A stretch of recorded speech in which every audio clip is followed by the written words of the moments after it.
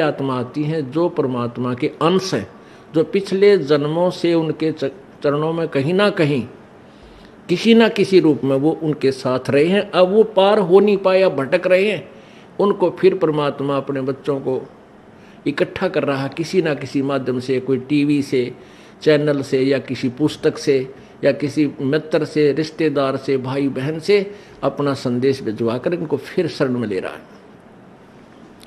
तो ऐसी प्यारी आत्मा जो परमात्मा के बच्चे यहाँ आते हैं और इनके लिए जो सेवा होती है, ये धर्म यज्ञ है। इस धर्म यज्ञ में आपका पैसा लगता है, इससे आपको पुण्य होता है, और जो पैसा आपका किराए में लगा वो भी आपका पुण्य के अंदर लगा। अब पुण्यात्माओं, जैसे जो अनजान व्यक्ति हैं जिनको इस मार्ग का पता नहीं, वो मंगलवार को 100 रुपये का प्रसाद बांटनी है, वो तो वहीं तक सीमित है। हम भी ऐसे ही थे जब तक ज्ञान नहीं था। मंगलवार के दिन 100 रुपये का प्रसाद बांटा करते, घने उमंग भर जाती तो 5.25 का बांट देते, बहुत खुशी होती। तो ना तो उसने बहुत गुणा पुण्य मान लेते थे। अब परमात्मा कहते हैं, जिन हर जैसा सुमरिया बैता को तैसा लाभे, ओसा प्यास न भागे ही जब लग दसे नहीं आबे। कहते हैं जिसने जैसा भगवान की भक्ति सेवा दान किया उसको उतना ही लाभ मिलेगा। ओस चाटन ते प्यास नहीं बुझ सकती, वो तो गिलास पीना पड़ेगा गट गट गट जब प्यास बुझेगी। तो ये जो स्वाप का प्रसाद 100 रुपया पल्ले बांध लिया माता का, हमारे नहीं हो जा, और ये छोटे मोटे जो दान हम करा करते, ये तो ओस चाटन वाली बात थी। और अब यहाँ आपने गिलास के गिलास पीने पड़ेंगे और देगा वही परमात्मा। आप देखना खेल मालिक का भगवान क्या किया करता है। अभी तक हम परमात्मा से सुख लेने के लिए पहाड़ों पर चढ़ गए, बर्फों पर चल पड़े, मालिक वहाँ मिलेगा उस मंदिर में, हम चले गए वहाँ मिलेगा, वहाँ पहुँच गए, कोई संत मिला उसके पास जाने की चेष्टा की, लेकिन वो चीज़ नहीं मिली। अब आपको वो वस्तु मिलेगी जिसकी गुण गाया करते थे, जिसकी आपको चाह थी, तड़फ थी, और जिसके विषय में सदग्रंथ संकेत किया करते थे। भगवान ऐसा करता है, भगवान कोढ़ी को स्वस्थ कर देता है, अंधे को आंख दे सकता है, बांझ को पुत्र दे देता है, निर्धन को धनी बना दे, कंगाल को राजा बना दे, और हर तरह के सुख भगवान ही दिया करता है। तो वो परमात्मा आपको अब मिलेगा, वो ही आपको सुख मिलेंगे जो भगवान दिया करता है। क्या बताते हैं, पर्वत पर्वत में फिरा भाई कारण अपने राम, फिर राम जैसे संत मिले जिन सारे सब काम। परमात्मा की चाह में अपने संकट निवारण के लिए पर्वत पर्वत घूमा फिरा, कहीं भगवान मिल जावे, और ऐसे संत मिल गए जहाँ मेरे वो भगवान जो काम करता है और वो काम वहाँ हो गए हमारे। तो कहते राम जैसे संत मिला जिन सारे सब काम। तो पुण्यात्मा, यहाँ आपको वो सुख होंगे आप सोच नहीं सकते, क्योंकि हम भगवान इतनी तो समझते हैं कि भगवान हमें सर्व सुख दे सकता है, लेकिन वो हो कहीं से नहीं रहे थे। अब आपको यहाँ से वो सुख होंगे जो आप सोच नहीं सकते कि ऐसा क्या भगवान वर्तमान में भी कर रहा है। तो ऐसे संत मिले तो हमें वो सुख हुए। परमात्मा जैसे ही संत मिले जो परमात्मा सुख देता है, तो आपको इस दास के माध्यम से कबीर भगवान परमेश्वर जी आपको वो सुख देंगे जो भगवान दिया करता है, क्योंकि वो पूर्ण परमात्मा है। जो ऐसे व्यक्ति हैं जो इस तत्व ज्ञान से परिचित नहीं है, वो क्या कहते हैं, क्या सोचते हैं कि भी तुम जाते हो, महीने में 2 बार जाते हो, महीने में 1 बार जाते हो, किराया भी लगता है, काम भी आपका, कार्य भी आप छोड़कर जाते हो, तुम क्यों अपना नुकसान कर रहे हो। पुण्यात्माओं, अब उनको तो ज्ञान नहीं इस बात का, वो तो बालक है, अनजान है। जैसे एक कोई शहर का बाबू था, शहर में ही, बड़े शहर में वो पला, वहीं जन्मा पला बड़ा हुआ, नौकरी योग्य हुआ, उसकी नौकरी, उसकी सर्विस लगी रूरल क्षेत्र में, गांव में, और वो अपनी ड्यूटी ज्वाइन करने के लिए गांव में कार्यवर्ष जा रहा था। वहां पर एक खेत में किसान हल जोत रहा था बैलों से और गेहूं बीज रहा था। अब उस शहर के बाबूजी ने तो वो गेहूं अपने घर में देखे थे और एक ठेके में, एक टैंकी में, उसमें से माँ निकाल कर देती थी, नौकरानी आटा पिसवा लाती थी और माता बना के भोजन दे देती थी। वो बाबूजी खा कर और बड़ा हो गया था। उसने ये नहीं पता था ये गेहूं कैसे उत्पन्न होता है, कैसे बनता है। और जैसा भी अपना व्यवहारिक ज्ञान उसको था कि भाई गेहूं की बड़ा अभाव है अपने भारत में और इसको बर्बाद नहीं करना चाहिए, बड़े संभाल के रखना चाहिए, क्योंकि वैसे माता पिता भी कहते हैं भाई अन्न को बर्बाद नहीं करना चाहिए, बड़ा ये जीवन दाता है। तो वो भी भावना उसमें थी।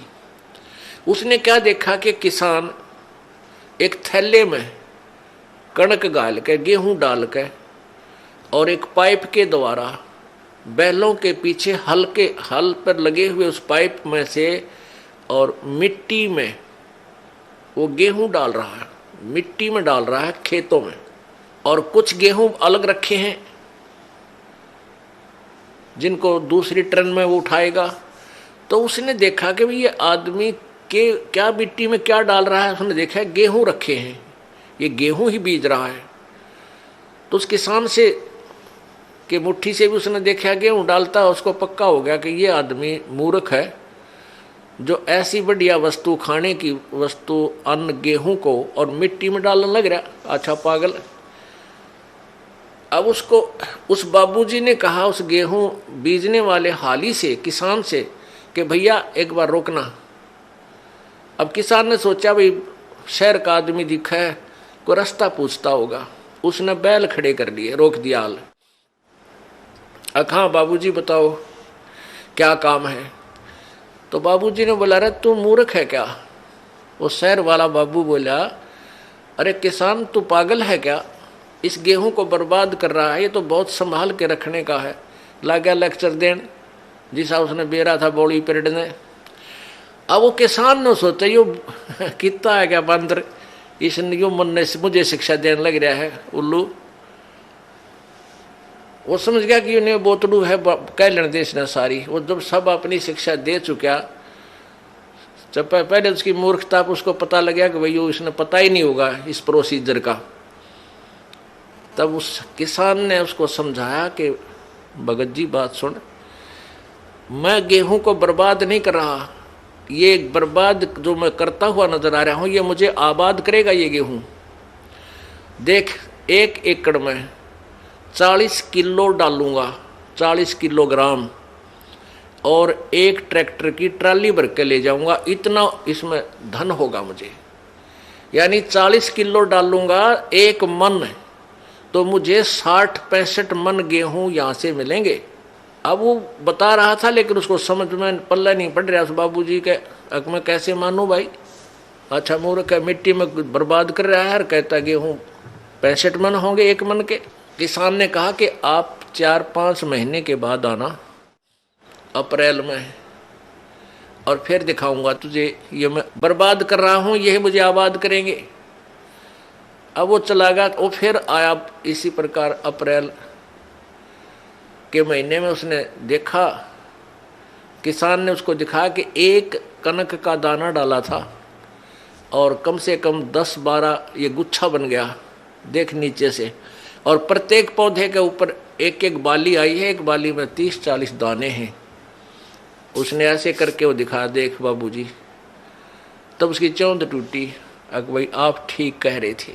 तो पुण्यात्माओं, जो आज आप दान कर रहे हो, किसी प्रकार यहाँ भगवान के दरबार में आने का आपका किराया तक भी आपके पुण्य में लिखा जाएगा। और जो अनजान है वो तो ऐसा समझ लो जिसने कभी देखा ना हो गेहूं उत्पन्न कैसे होते हैं, उस 4 मन गेहूं को ही चिपटा बैठा रहा, उसी को सुरक्षित रखे, आगे कहाँ से मिलेंगे उसको। तो आप जो पुण्य कर रहे हो, ये दान कर रहे हो, यही आपको आबाद करेगा। कहते हैं देते को हर देत है जहां तहां से आने, नहीं दिया फिर मांगते फिर यो साहिब सुने ना कान। जिन्होंने देखो आज एक तो इतना गरीब है, फाइनेंशियली इतनी वित्तीय हालत उसकी कमजोर है कि रिक्शा चला रहा है, एक ऐसा है मजदूरी कर रहा है, एक रिक्शा चला रहा है, एक उसके अंदर विराजमान है, बैठा है, दोनों ही मनुष्य। तो पुण्यात्माओं, एक गाड़ी चला रहा है ड्राइवर, एक मालिक उसमें बैठा है और गाड़ी भी मालिक की है। तो इतना भेद यूं क्यों हो गया? क्योंकि पिछले जन्म जन्मांतरों की जैसी भी जिनकी भक्ति शक्ति है, जितना भी जिन्होंने पुण्य किया हुआ है, वो आज आपको ज्यों का त्यों दे रखा है। जिन्होंने पीछे कोई पुण्य किया नहीं, वो आज कंगाल है और एक एक पैसे को मांगते फिर रहे हैं। अब कोई नहीं सुना है, अब देते को हर देत है। जिन्होंने दान किया उनके ठाट ठाट कर रखे हैं।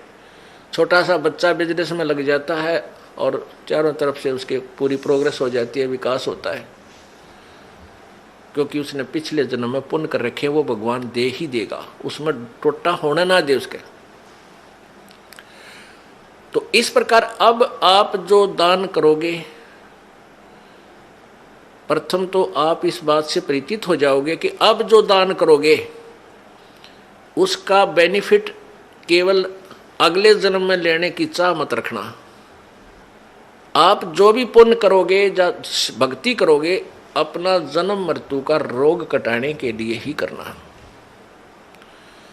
फिर रही बात आपको यहाँ की सुविधाएं, ये तो अपने आप मिलेंगी। ये भक्ति का जो बाई प्रोडक्ट है, यहाँ की सुविधा तो आपको फ्री ऑफ कॉस्ट देगा।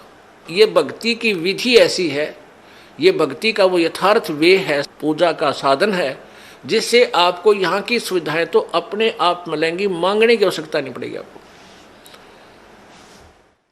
जैसे गेहूं बीज दिया किसान ने, अब किसान का प्रथम उद्देश्य है कि भाई गेहूं हो, मेरा बालक मेरा परिवार भूखा ना मरे, हम जीवित रहें, अन्न को खाएं।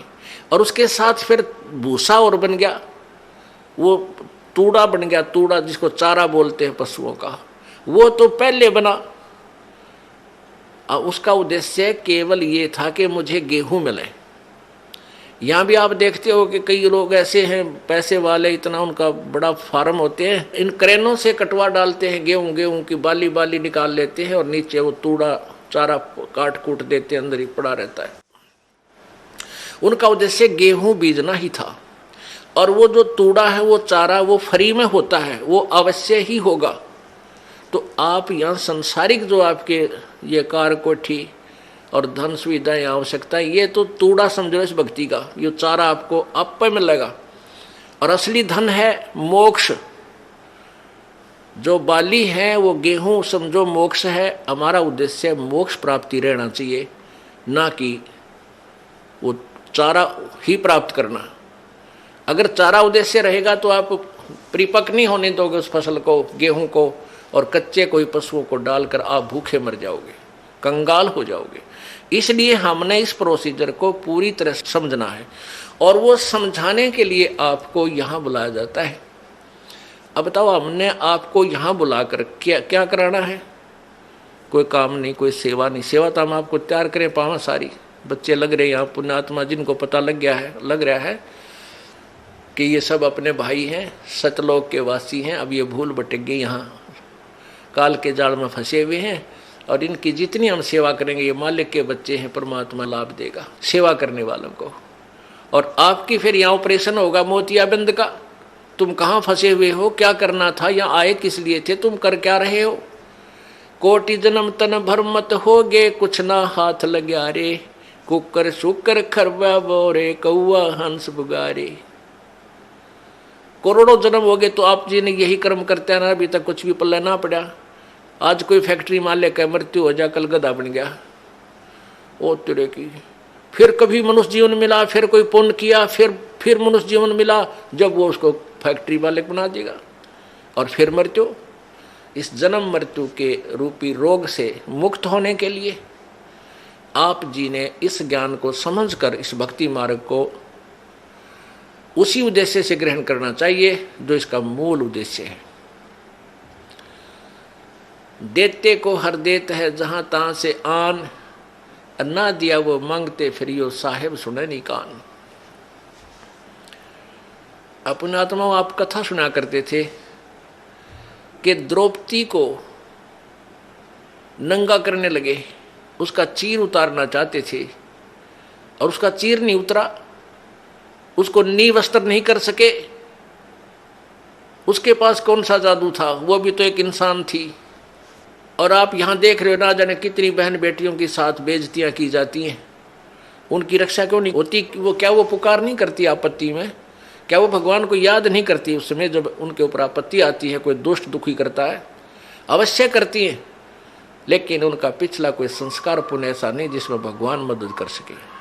तो ये दुर्गति नकली संतों ने करवा रखी है हमारी, जो जिनके पास भक्ति मार्ग था नहीं, संत बन बैठे, उनके आधार पर ये भोली आत्मा उनको संत परम संत जान के वहाँ अपना जीवन बर्बाद करके भूत प्रेत बन गए, कोई गधा बन गया। अब ये इस परेशानी को उठा रहे हैं और साथ में और दोषी बन रहे हैं, दूसरों को सता कर ये पाप भूत बनकर भी पाप कमा रहे हैं, दूसरों को दुखी कर रहे हैं। अब यहाँ आने के बाद परमात्मा इनको सीधा कर देगा, अब पे भाग जाएंगे परमात्मा की भक्ति की में इतनी शक्ति होती है। अपने आत्माओं द्रौपदी जो थी उसकी रक्षा क्यों की भगवान ने? क्योंकि उसने पुण्य किया हुआ था। वो पुण्य कैसे किया था? एक समय परमात्मा कबीर जी परमेश्वर कहते 100 छल छिद्र मैं करूं अपने जन के काज, हरणाकुश उधर विदारिया और नरसिंह धर लिया साज। अपने आत्मा आपको कुछ दिनों समझ में आएगा कि ये नरसिंह कौन बना था। ये वो परम शक्ति आई थी पूर्ण परमात्मा, उसने नरसिंह रूप धर के और उस बालक भगत की प्रहलाद की रक्षा की थी और हिरण्यकशिपु का विनाश किया था। तो कहते मैं ऐसे नरसिंह रूप धारण कर लेता हूँ, ऐसे ही वो परमात्मा अपनी प्यारी आत्माओं पर आने वाले आपदाओं भविष्य में जो आनी है उनको बचाने के लिए ना जाने कौन सी लीला कर दे। परमेश्वर कहते हैं हम चारों युगों में आते हैं, कबीर जी बताते हैं। सतयुग में हम सतसुकृत नाम से, त्रेता में मुनिंदर नाम से, द्वापर में करुणामय नाम से और कलयुग में वो कबीर नाम से आए। और उसके बीच में भी वो परमात्मा अन्य रूप बना करके कुछ समय कहीं रह करके लीला कर जाते हैं। ऐसे ही वो परमेश्वर अब हम यहाँ आपको उसी दृष्टिकोण से बताएंगे। परमेश्वर एक संत की लीला कर रहे थे और वो संत आंखों से अंधा था, उसके पास केवल एक लंगोट था, कोपीन थी। गंगा पर स्नान करने के लिए गंगा में प्रवेश कर लिया।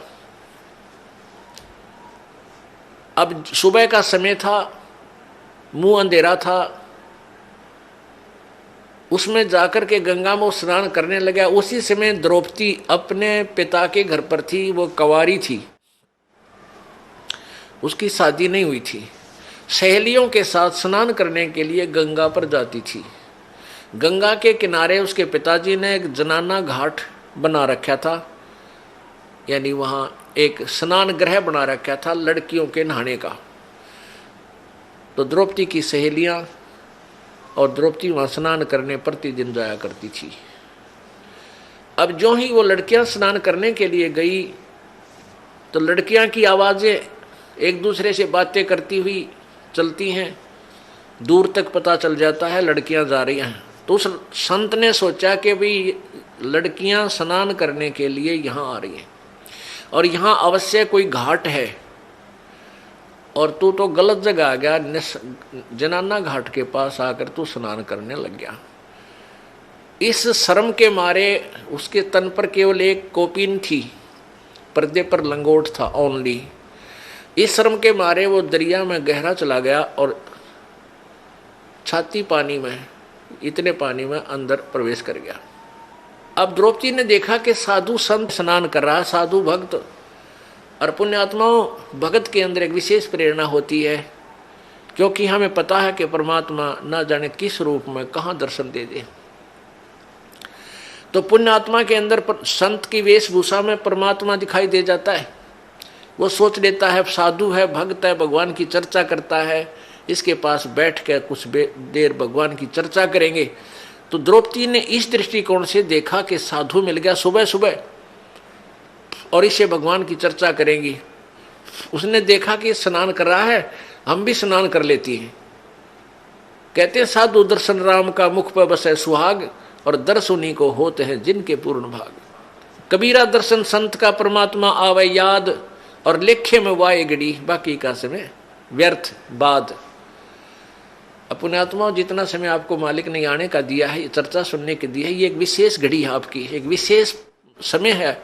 ये आपके बहुत अच्छे अकाउंट में, गुड अकाउंट में लिखा जाएगा। तो इस दृष्टिकोण से लड़की स्नान करने लगी, वो द्रौपदी जी भी स्नान करने लगी।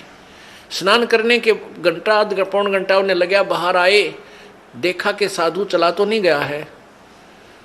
तो द्रौपदी ने क्या देखा कि साधु स्नान नहीं कर रहा है, वो तो ऐसे कोई वस्तु खोज रहा है।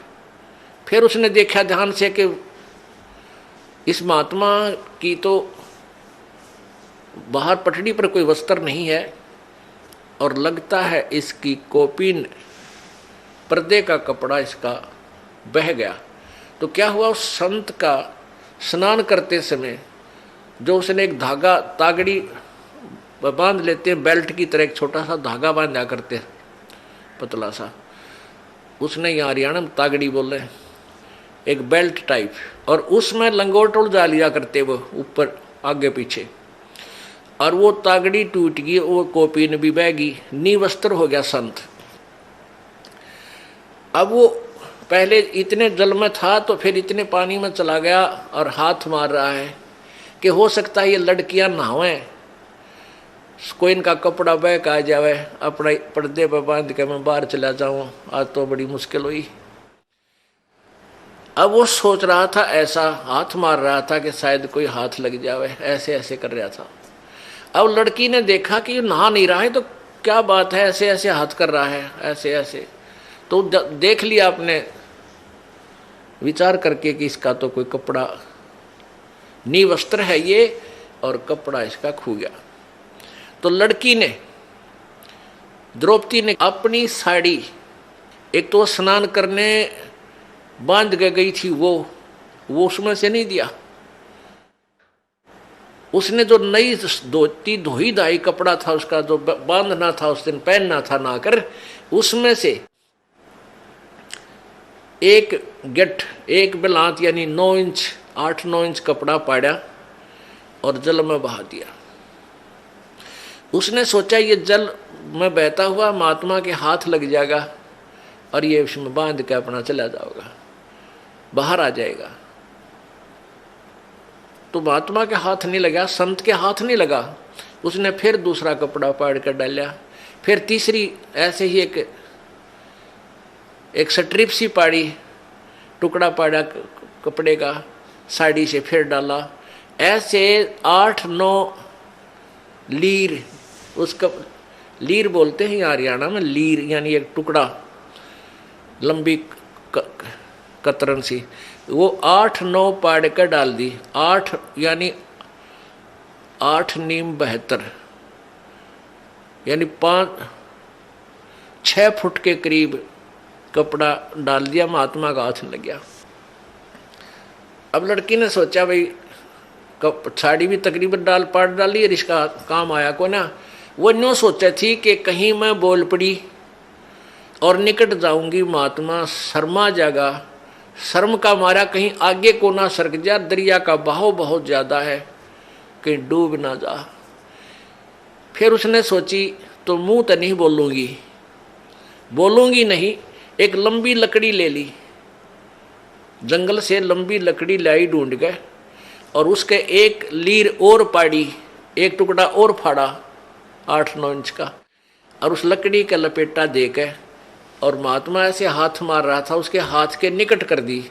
जो ही उसके हाथ लगा लड़की महात्मा का, संत का, एकदम उसने पकड़ा, देखा अको हो तो बड़ा साइज का कपड़ा मिला है। ओहो हे भगवान, हे परमात्मा, जब आशीर्वाद दिया कि हे प्रभु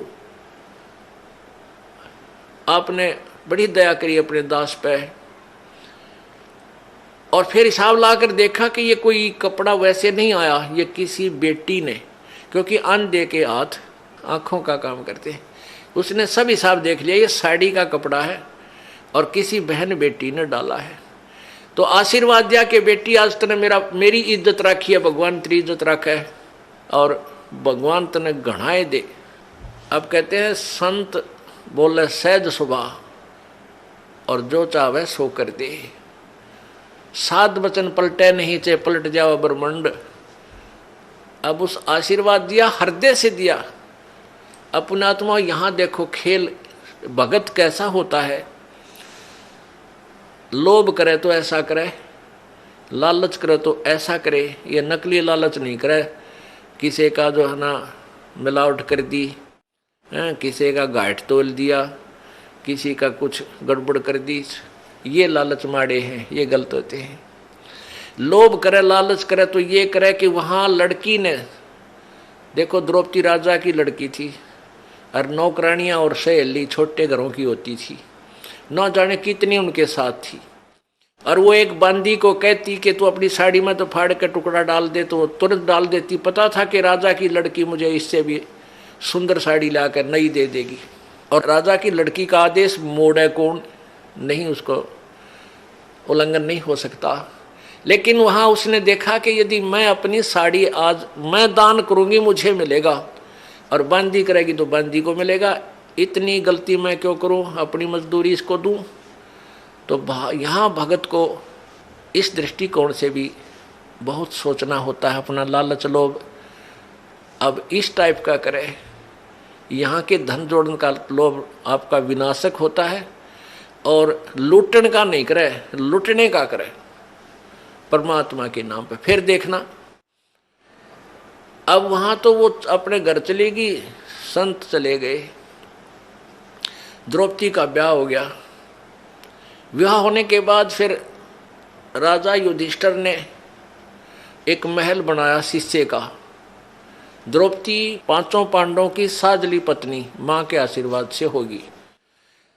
उधर से दुर्योधन जो था वो धृतराष्ट्र का पुत्र था, और युधिष्ठिर अर्जुन हर का चचेरा भाई था, यानी ताऊ का लड़के थे। अब धृतराष्ट्र अंधा था, पांडव उनका पिता जो था युधिष्ठिर हर का वो अंधा नहीं था, तो उसको बड़े भाई को वैसे राज, बड़े बेटे को राज मिलता है, धृतराष्ट्र को राज नहीं मिला था इस कारण से, अंधा होने के कारण। इसलिए युधिष्ठिर के पिताजी को राज्य प्राप्त हुआ था। उधर से दुर्योधन ईर्षा रखता था कि ये राज हमें क्यों नहीं मिला। उधर क्या हुआ कि जब इन पांडवों ने अर्जुन होर ने एक महल बनाया शीशे का, काफी शीशा लगा हुआ था, अधिकतर उसमें आर पार पारदर्शक। और एक दिन दुर्योधन उसमें चला गया महल में, द्रौपदी वहां पर थी। उसने देखा कि दुर्योधन की टक्कर लगी, शीशा दिखा को नहीं, टक्कर लगी तो एकदम वो ऐसे गिरता हुआ मुश्किल से बचा। और द्रौपदी ने हंस के मजाक करते हैं जैसे अपने छोटे पति के छोटे भाई से यानी देवर से मजाक कर दिया, कहा कि अंधों की संतान अंधी ही होती है।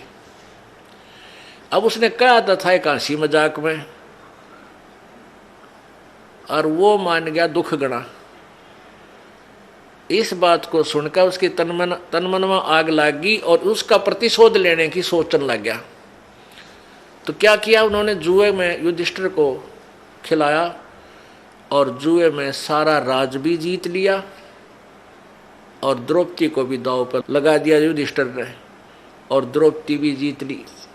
अपने आत्माओं आम जिन के गुण गावें, इस महाभारत ने पढ़ कर हम राजी हुआ करते, प्रसन्न होते थे, हमें कोई पुण्य मिलेगा। इनकी कहानी पढ़ कर देखा तो हे भगवान बता, ऐसा भी कोई निकम्मा होगा अपनी पत्नी ने जुए पर ला दे। इनके सारे इतिहास इतने बेकार, और हम इन न पढ़ा करते, इनसे हम क्या शिक्षा लेते। आगे देखना क्या होगा इनका, इस कथा के अंदर आपको बहुत निष्कर्ष मिलेगा। अब उधर से एक नौकरानी भागी आई दौड़ी दौड़ी। दुर्योधन ने कहा कि जाओ लाओ उस अर्जुन की पत्नी को यहाँ बैठाओ मेरी जांग पे लाके नंगी करके। देख कितनी बेहुदी बात, और भरी सभा में। अब ये बात सुनकर वह नौकरानी भागी आई कि किसके पास, द्रौपदी के पास, और कहा द्रौपदी आज तक बात बिगड़ गई, आपको जुए में जीत लिया कौरवों ने और आपको वहां पर नंगा करेंगे। दुर्योधन कह रहा है कि उसने मुझे अंधे की संतान कहा था और हम अंधे की संतान हैं, हमें कुछ दिखाई नहीं देता, वो उसको शर्म क्या आएगी, उसको नंगा करो मेरे सामने, हम तो अंधे हैं। अब द्रौपदी का यह बात जची नहीं कि ऐसे कैसे हो सकता है। उस नौकरानी से द्रौपदी ने पूछा वहां और कौन बैठे हैं, कि पांचों पांडव बैठे हैं, चाचा विदुर बैठा है और भीष्म पितामह, द्रोणाचार्य और कर्ण, और साथ में 101 कौरव बैठे हैं। द्रौपदी ने कहा कि नालायक, इतने आदमियों में और मुझे नंगा कैसे करेंगे, तेरा दिमाग खराब है। अब नौकरानी नहीं बोली, कहा क्या बोलूं, मैंने जो सुना था बता दिया। इतने में दुशासन जो दुर्योधन से छोटा था वो दुष्ट गया और द्रौपदी को पकड़ के केस बाढ़ पकड़ के और घसीट के लाया और वहाँ खड़ा कर दिया। और दुर्योधन ने कहा कि इसके कपड़े चीर उतार दो, इसको नंगा करो और मेरे जांग पर बैठा दो। यानी गंदा, कितनी बेहुदी हरकत, और भरी सभा में वो दुष्ट करने जा रहा था। और वहाँ कौन कौन विद्यमान थे, पांचों पांडव बैठे हैं, उसके पति द्रौपदी के, और भीष्म पितामह द्रोणाचार्य जो गुरुजी थे, और कर्ण, ये तीनों एक नंबर के योद्धा थे। और इन तीनों में से एक भी खड़ा होकर ये कह देता उस दुर्योधन और दुशासन को, खबरदार इस बेटी का हाथ लगाया। वो इतने योद्धा थे, पता था दुर्योधन को कि तुम्हारा सर्वनाश कर देंगे, तो हिम्मत नहीं थी दुशासन और दुर्योधन की इस द्रौपदी की चीर का हाथ लाने की। लेकिन उस दुर्योधन के मलिन अन्न को खाकर उनकी भीष्म पितामह द्रोणाचार्य और कर्ण की भी आत्मा मलिन होगी, उनके अंदर भी गंदापन छा गया। और उस लड़की को नंगा देखने के लिए वो भी वहीं विराजमान रहे। और उन्होंने उठकर ये भी नहीं कहा तुम के जुल्म कर रहे हो, क्या करने जा रहे हो, इंतजार करते रहे, बैठे हैं कि कब नंगा हो, कब नंगी होगी। तो उनमें के मलिनता होगी। सोच लेना पुण्यात्माओं, जिनको हम बड़े बहादुर और बड़े नेक व्यक्ति मानते थे। उस पूरी सभा में जब उसने देखा अपने पांचों पांडवों की तरफ, पांचों पांडवों की ओर देखा कि ये अभी इन कौरवों को सीधा कर देंगे, मेरी बेइज्जती को नहीं देख सकते। लेकिन वो बंध चुके थे, वो उसको दांव पर लगा चुके थे, वो मर्यादा में बंद कर बैठ गए थे। उन्होंने भी ऊपर को नहीं देखा। जब द्रौपदी ने पुकारा मेरी रक्षा करो, पांचों पांडव नीचे जमीन पर ऐसे गर्दन करके और ऐसे जमीन खोदने लगे। फिर भीष्म पितामह द्रोणाचार्य और कर्ण से पुकारा कि मेरी रक्षा करो। वो तीनों ने भी कोई उत्तर नहीं दिया, कोई रिस्पॉन्स नहीं दिया। केवल एक विदुर था जो भक्ति बीज था, जो एक पुण्य आत्मा था, वो खड़ा हुआ और दुशासन से कहा कि दुशासन, अरे दुर्योधन, तुम किसकी बेइज्जती कर रहे हो, अपने ही परिवार की। अरे पांडवों की बहू और कौरवों की बहू में क्या अंतर है, दुनिया के कहेगी, अपनी इज्जत आप पे उतार रहे हो, तुमने कुछ शर्म आनी चाहिए, कुछ लज्जा करो। तो दुर्योधन ने कहा दुशासन, इसका दर्दे दो दड़ाक, यो तो भाई सदा पांडवों की तरफ बोलता है, ये चाचा नहीं दुश्मन है, ये इन्हीं का चमचा है, इन्हीं की ओर बोलता है। अब दुशासन ने अपने चाचा के थप्पड़ मारा और कहा कि तू तो इन्हीं की ओर बोलता हमेशा, हमारा तूने कभी पक्ष नहीं लिया। तो विदुर जी वहाँ से उठकर चल पड़े। पुण्यात्माओं, जो भगवान से डरने वाले इंसान होते हैं, वो न तो अत्याचार देख सकते और ना सहन कर सकते हैं।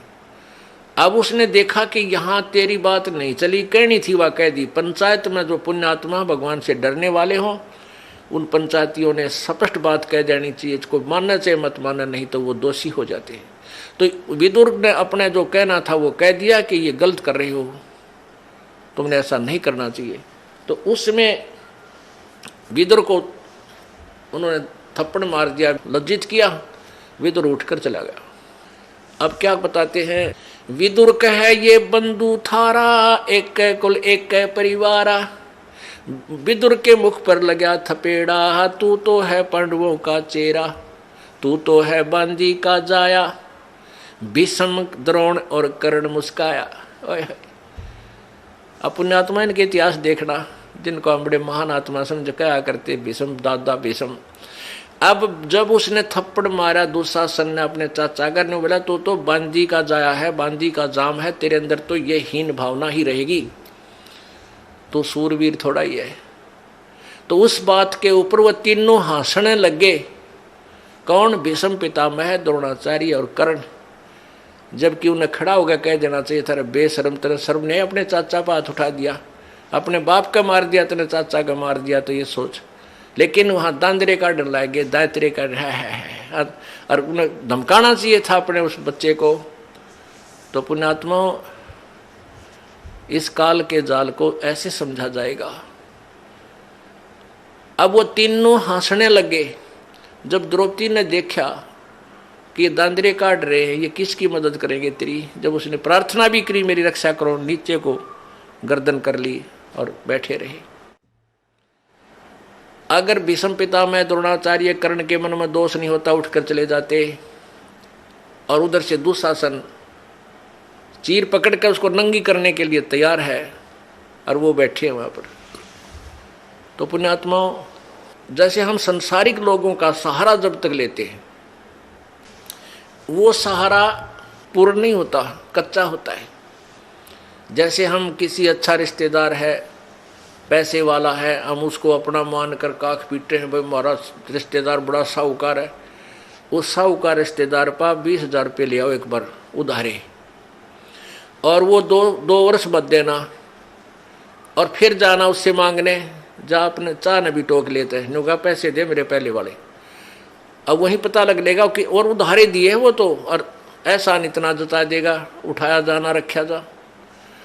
और दूसरे मान लिया आप किसी मंत्री, मुख्यमंत्री, प्रधानमंत्री की आड़ में, अन्यों सोच लो हम तो बहुत कुछ प्राप्त कर लिया, कल ना उसकी टिकट कट जाए, मृत्यु हो जा, या वो पद पर ना रहे, फिर क्या, ये सहारा कहाँ गया? तो हमने वो एक ही सहारा चाहिए जो मालिक का स्थायी है, जो कभी हमारा साथ नहीं छोड़ सकता।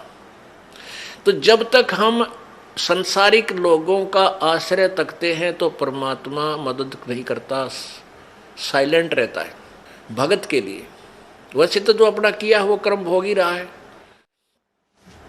जब द्रौपदी ने देख लिया भाई ना तो ये 500 पांडव शीश ऊपर न कर रहे, क्योंकि ये बंध गए, इन्होंने जिता दिया मेरे को, अब ये मर्यादा में बंध गए। और भीष्म पितामह द्रोणाचार्य और कर्ण ये इसका रोटी खा के इस दुष्ट की ये बंध गए, अब किस तो पुकार करूं। तब उसने जब इंसान का संसारिक सहारा समाप्त हो जाता है, जब भगवान याद करता है परमात्मा अब तो तू ही है मेरा। अरे भले आदमी पहले भी यही था, तेरा भूल थी, तुम इनको अपना मान रहा था जो तेरे नहीं थे।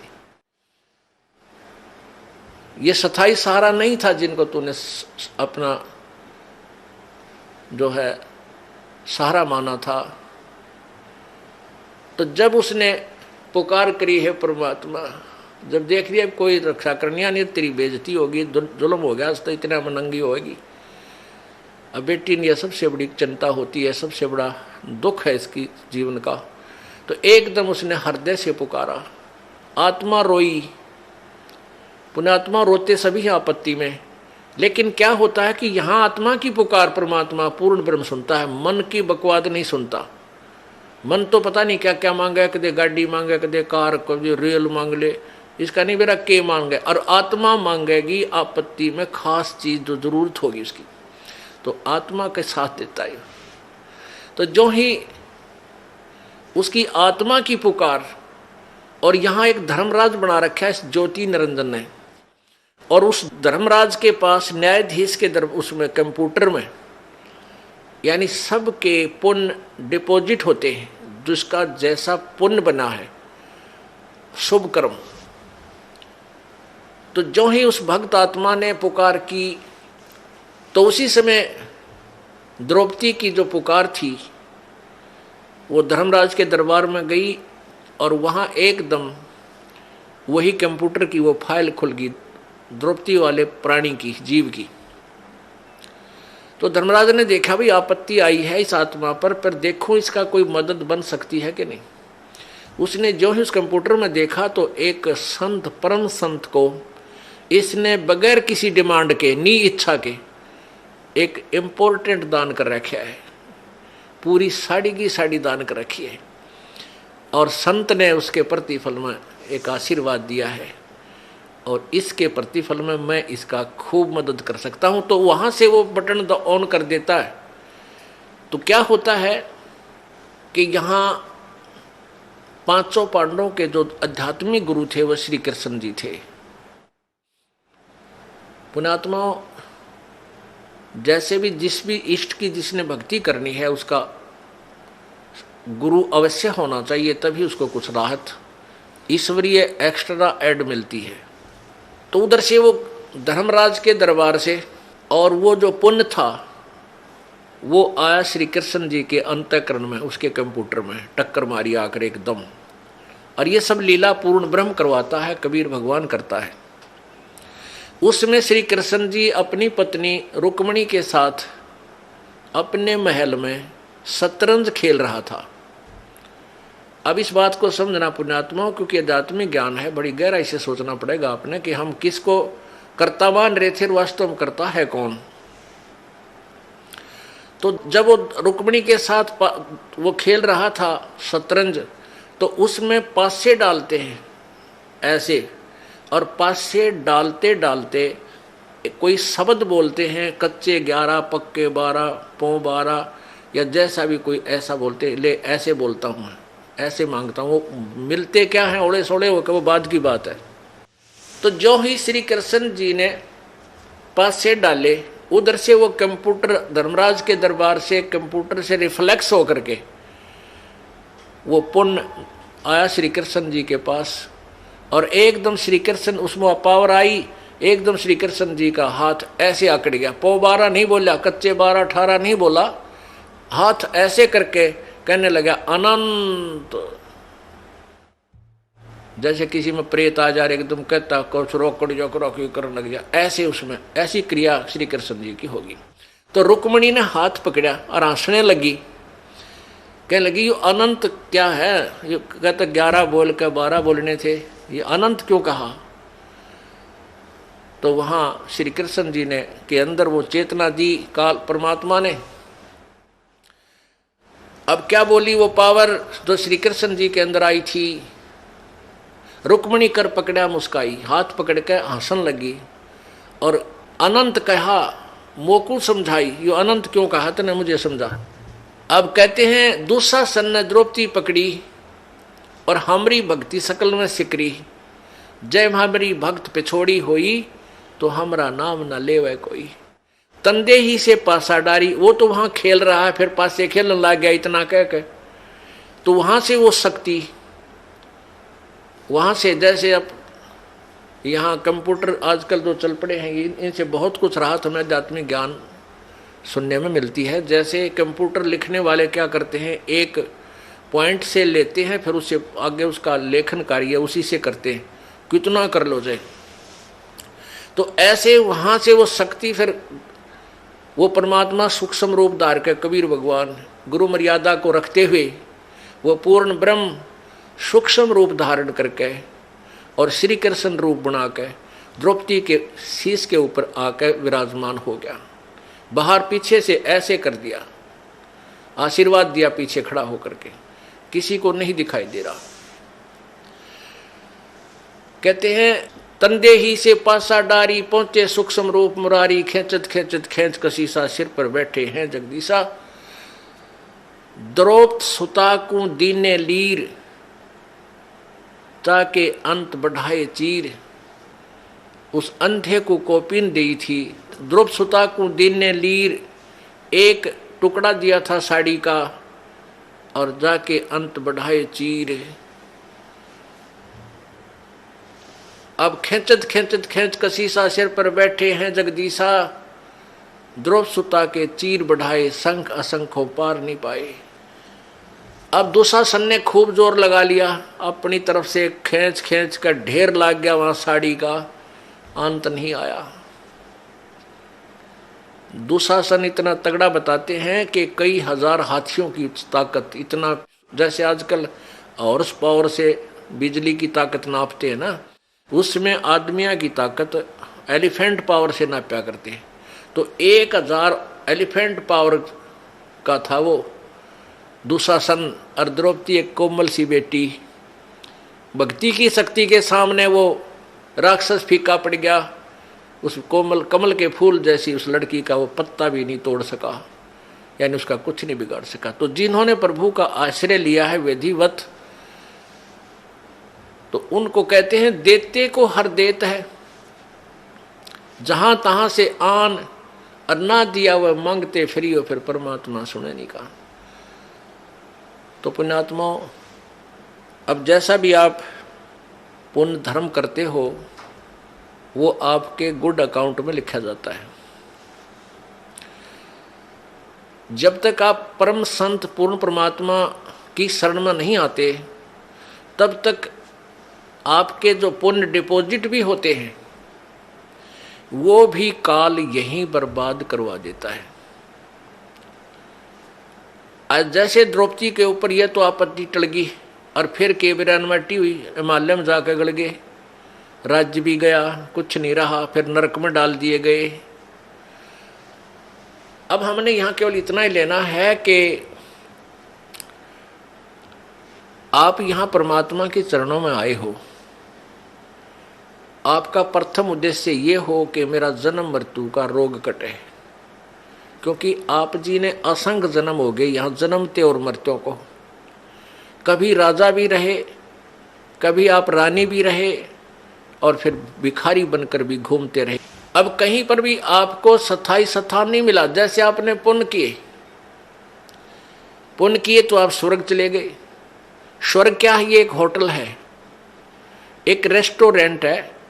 जैसे कुल्लू और मनाली, शिमला, गर्मियों के दिनों में साहूकार लोग 10-20 हजार 50 हजार रुपये ले जाते हैं और 1 महीना 2 महीने वहाँ होटल में कमरा किराए पर लेकर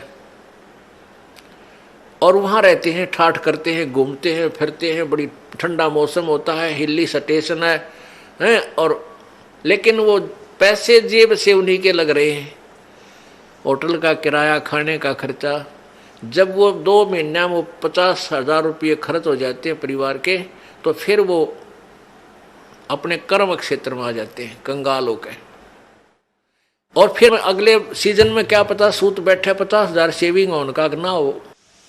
तो इस प्रकार जब आप यहाँ कोई साधना करते हो, जब तक ये सच साधना आपको नहीं मिली, अपने पुण्य के आधार से स्वर्ग चले गए। उस स्वर्ग में आपको देव बना दिया, देवता, या कोई और पद दे दिया, या वैसे कॉमन स्वर्ग में आप ठाठ करो, लेकिन वो पुण्य आपके ही समाप्त हो रहे हैं। जिस दिन आपकी पुण्य पूंजी समाप्त हो जाएगी, उसी दिन आपको वहां से, जैसे यहाँ से मार दिया जाता है, वहां भी आपको मार दिया जाएगा। अचानक मृत्यु होगी, तुरंत नरक में, फिर नरक में डाले जाओगे। तो इस झंझट से पीछा छुटवाने के लिए आपको ये परमेश्वर कबीर जी की शरण लेनी पड़ेगी। और इन नकली कबीर पंथियों संतों से भी आपका काम नहीं चलेगा, क्योंकि उनके पास यथार्थ भक्ति विधि नहीं है, परमात्मा का यथार्थ ज्ञान नहीं है। तो पूर्ण संत से, और जिसके पास वो मोक्ष जड़ी हो, वो मंत्र है सतनाम और सारनाम, वही आपको इस जन्म और मृत्यु के झंझट से छुटा सकता है। तो वो जड़ी इस दास को परमात्मा ने दे रखी है। आप अब शिक्षित समाज है, पढ़ा लिखा एजुकेटेड जो है ना पूरा समाज हो गया है, बहन बेटी भाई। अब आप इस तत्व ज्ञान को जो दास आपको बताता है, जो परमेश्वर ने इस दास को बताया है, सदग्रंथों में विद्यमान है, इसकी तुलना करो आपके गुरुजियों के ज्ञान से, और फिर देखो वो अधूरे हैं या पूरे। टोटली इनकम्प्लीट पाओगे आपको, सारे नकली कति टोटली पूरे पृथ्वी पे। अब इस बात को अभिमान मत समझना, इसको तत्व ज्ञान समझना, ये सच्चाई समझना। अभिमान नहीं करता ये दास, क्योंकि अभिमान तो वो इंसान करे जिसका कुछ अपना कोई योगदान हो।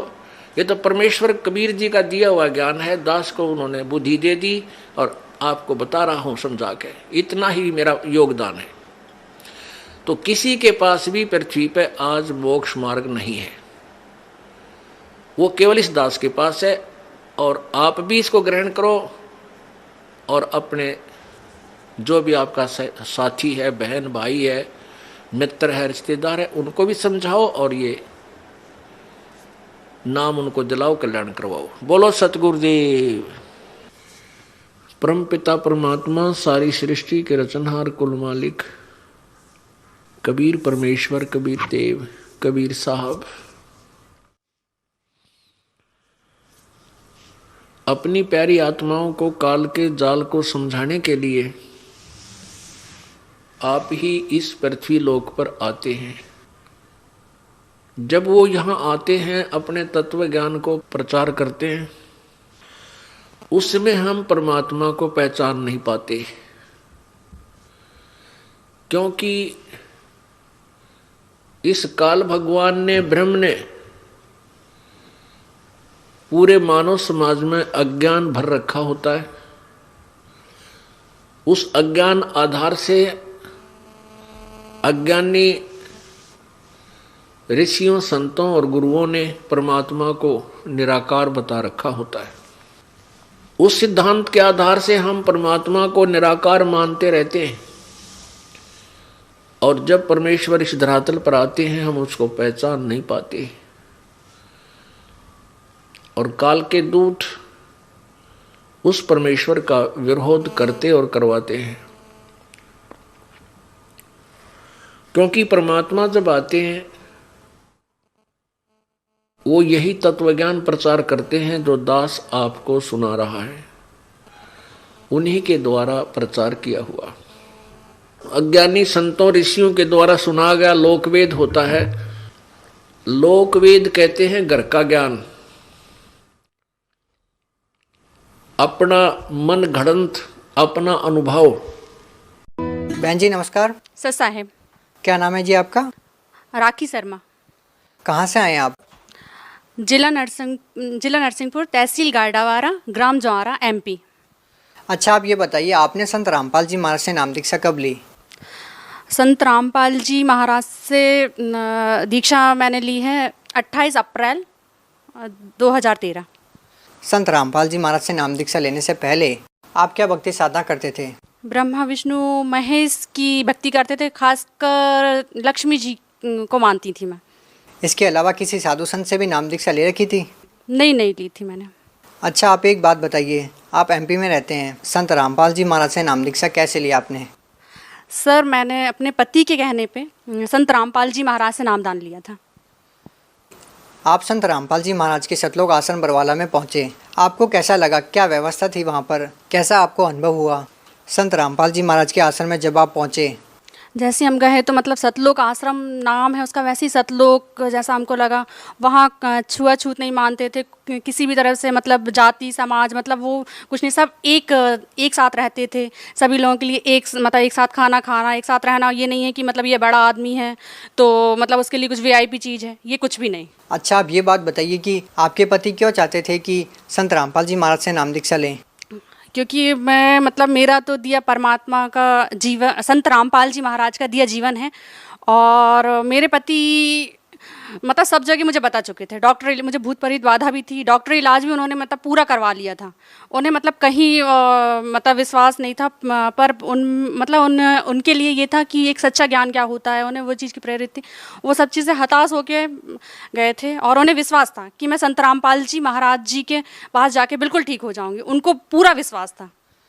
आपके पति ने आपको सब जगह दिखा लिया था, साधु संतों से भी वो मिल चुके थे, उसके बाद भी आपको आराम नहीं मिला। उसके बाद आपको वो संत रामपाल जी महाराज के आश्रम में लेके जाते हैं, आपको नाम दीक्षा दिलाते हैं और वो खुद भी नाम दीक्षा लेते हैं। क्या उसके बाद आपने जो बताया कि आपको भूत प्रेत की बाधा थी, आपको और भी जो बीमारियां थी, क्या वो ठीक हुई? बिल्कुल ठीक हो गई। लौट के वो चीज़ मतलब शरीर में है ही नहीं, वो तकलीफ नहीं है।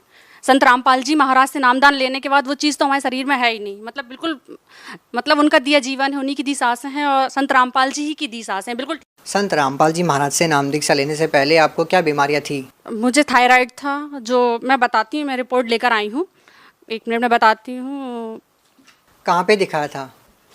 मैंने नागपुर में दिखाया था और भोपाल में दिखाया था। तो ये मैं नागपुर की रिपोर्ट जो रखी हूँ, जो 5 रहना चाहिए, ये आप देख सकते हैं। ये रिपोर्ट वो ये जो 5 रहना चाहिए वो 25.5 था। डॉक्टर ने कहा था कि आपको मतलब टैबलेट खानी पड़ेगी और 4 जो हार्मोन्स के तरीके से रहता है, ये हार्मोन्स आपके 4 साल में नॉर्मल आ पाएंगे, वो 4 हफ्ते में नॉर्मल आ गए थे।